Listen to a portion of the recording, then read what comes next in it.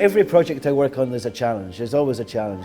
Whether it's with working with U2 or Bjork or any of, there's a challenge there to bring out the best. My intention is to look for the notes. Look for there's 7 notes that the Maserati engineers talk about when they talk about their engine, and they talk about it with passion. This was my inspiration for this project, really. When I heard of this idea that the mechanics talk about the notes of the engine, I'm here to look for, I would say, the music in this engine. We mic'd up the car like a drum kit, really. And we looked at the car and we thought, okay, this is where the sound is coming out, various different parts. So we have like about 8 different mics on the car.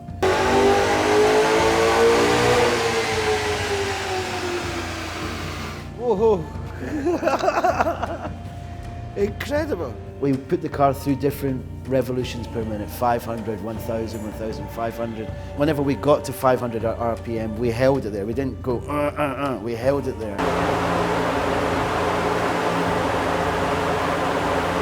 We're recording the exhaust cooling down.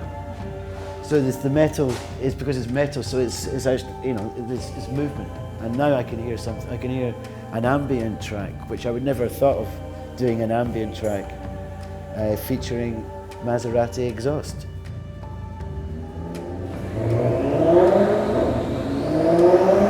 Like an opera singer practicing before they go on stage. I was in a relationship there. I see singers going, ooh. I've got no experience of making music from engines before. I don't think anybody has done it in the way that the way that I'm going to be working on this project. Thank you very much.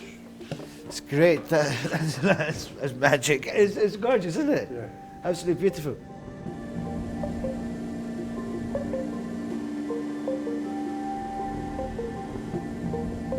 It's completely different. First of all, the room's sounding a little bit better than the last time. It's not just a concrete slab, which we were in before.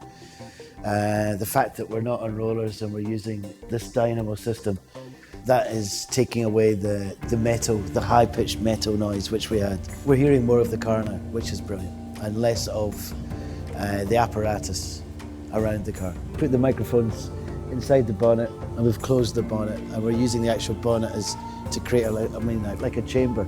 Just got a more tight, intimate sound, I would call it. The last time, whenever I heard the exhaust cooling, for me that was a beautiful moment, and so I just wanted to get it again a bit more in more detail, different environment as well. This whole exercise is to get as much as we can, and then once I go back into the studio, and between now and that time as well, I've got it all in my head, so it's just working out what I'm going to do with it. And then once I'm in the studio, then listen to it and then begin to place it, think, oh, I can do that with that.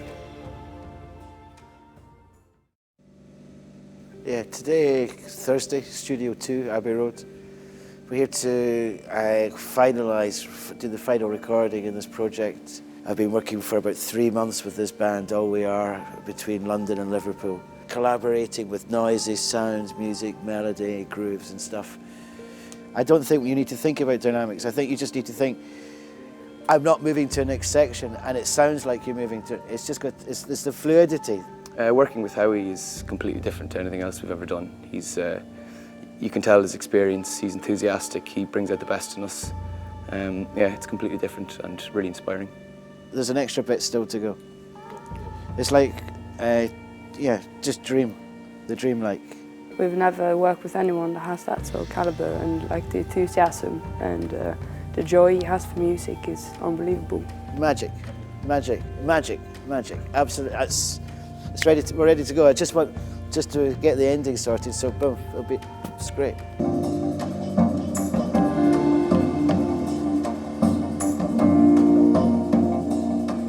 I have to admit, whenever I first went to Woking and recorded the engine for the first time, and I left there, I was coming back on the train, I knew that it was like something interesting was about to happen, but I didn't have a clue, really didn't have a clue what I was going to do. It was just like an open door. Open in terms of, for me, what could happen with putting a band and a car engine together. The challenge was to marry an inanimate object with animate objects. You know, something that is mechanical with 3 human beings, well 4 including me.